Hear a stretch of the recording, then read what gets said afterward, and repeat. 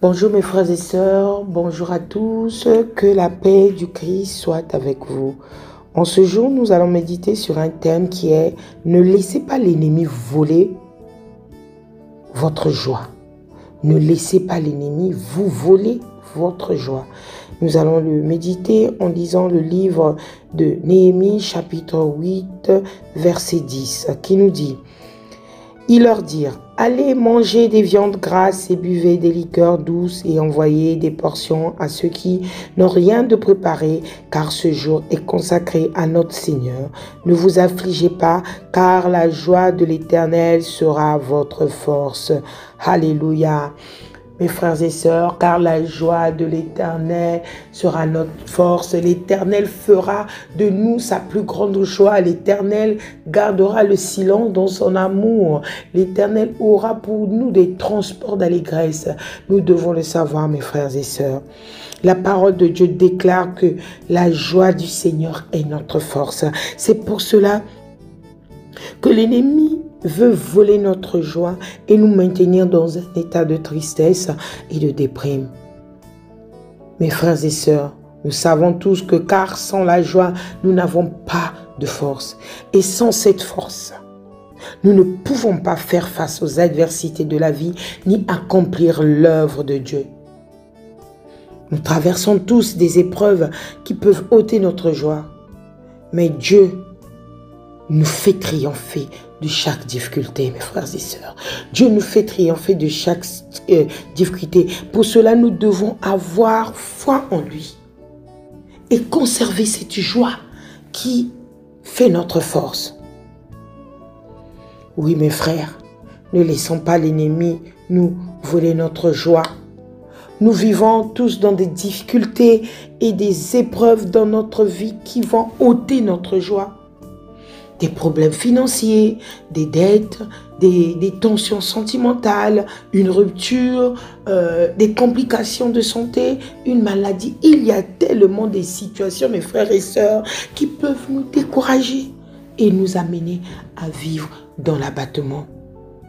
Même si nous doutons et que nous traversons une période difficile, nous ne devons jamais perdre notre joie. Nous devons garder les regards focalisés sur les bienfaits de Dieu. C'est une décision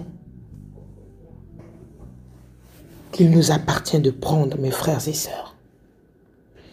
Beaucoup parmi nous misent sur le futur et attendent le lendemain pour être heureux.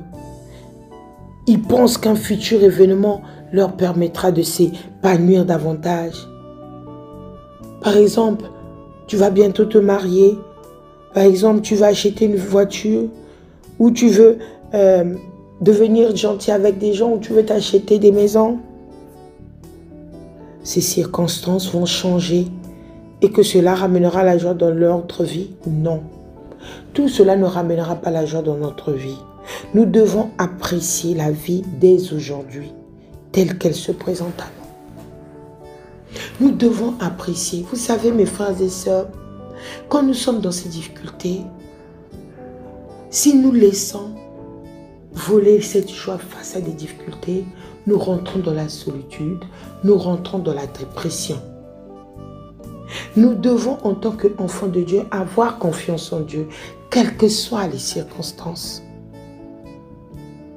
N'oublions que la vie sans épreuve n'existe pas. L'ennemi pointera toujours du doigt quelque chose qui ne va pas dans notre vie.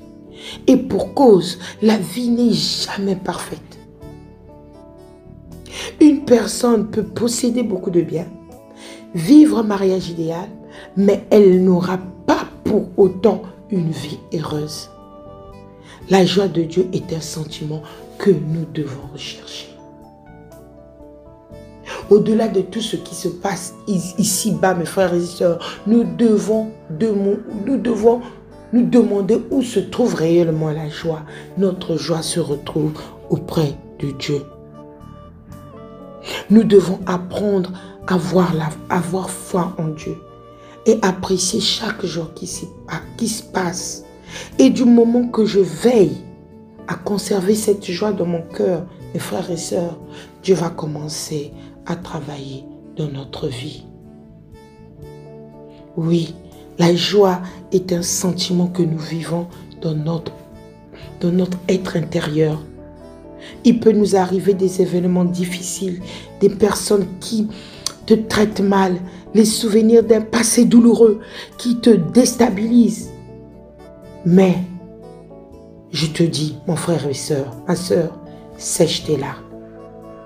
Change d'attitude. S'apitoyer sur la situation ne nous a jamais été réglé. Sèche tes larmes.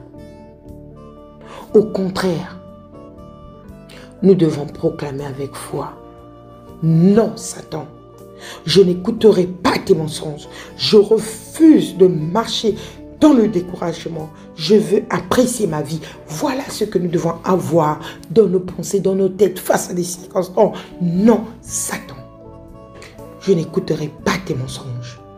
Je refuse de marcher dans le découragement. Je veux apprécier ma vie. C'est pour cela, comme nous le dit Néhémie 8, verset 10, l'Éternel sera notre force. Ne soyons pas dans la désolation. Cessons de verser les larmes, mes frères et sœurs. Quittons la dépression, l'apitoiement. Il est temps de se réjouir. Nous devons comprendre un principe, mes frères et sœurs. Notre force dépend directement de notre joie. En d'autres termes, plus nous sommes joyeux, plus nous sommes forts. Que Dieu nous bénisse tous. J'aimerais terminer par cette prière que nous garderons aujourd'hui auprès de notre Dieu.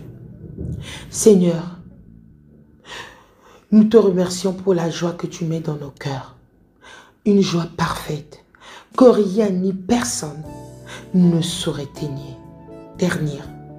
Permets que la joie de ton esprit soit la source de notre force, de notre zèle pour ton service en toutes circonstances, favorables ou non.